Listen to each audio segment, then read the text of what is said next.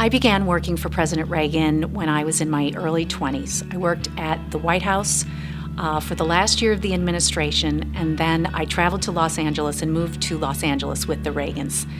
And it was a privilege of a lifetime for me to serve President Reagan and to work in his press office out here in Los Angeles. For a girl from Chicago, it was a dream come true. I lived at the beach and I worked for the greatest human being.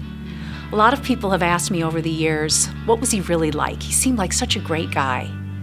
And I have to say, he was all that and so much more. He was the most inherently decent human being I ever knew. Anyway, I guess if you have to ask me what is one of my most profound memories about working for President Reagan, I suppose I have to thank him for introducing me to my husband. After I moved to Los Angeles, I found that I was working with a really nice young guy in the press office here, and we ended up becoming close friends and actually dating. And he ended up moving to Washington, D.C. to work for President Busch 41 in the press office. And we didn't see each other very often. I think we probably saw one another most frequently when our bosses crossed paths. But we ended up getting engaged in 1992, right at the height of the presidential campaign. And Presidents Reagan and Bush were both scheduled to meet one another in Orange County for a huge campaign rally. And we all arrived in Orange County. There must have been 40,000 people at this rally. And there was so much chaos and excitement about seeing the presidents. And 5 minutes before we went on stage, someone from the staff said, President Reagan needs to talk to you. You need to go into the holding room. And I thought, oh, okay.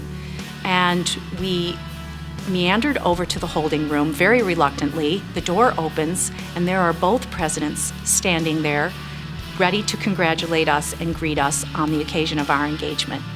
And we have this darling picture of the four of us posed together that they both signed, and it is truly one of our most treasured possessions. It is very, very dear to both of us and commemorates that day and that occasion. President Reagan used to always say that he was kind of the Cupid. He loved the fact that he had played a small role in bringing us together.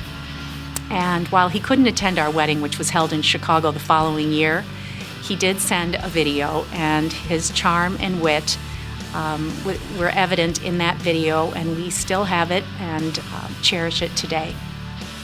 Well, I'm really not sure what I'm supposed to say, because that gal that writes my speeches is off getting married. Speaking of which, I have a special greeting for the bride and groom. I thought I would begin with one of my favorite and most popular openings. As King Henry VIII told each of his wives, "I won't keep you long." I am still associated and proud to be associated with the Ronald Reagan Presidential Foundation as a trustee. It is my privilege to serve the foundation and to do everything possible to preserve the legacy of President Reagan.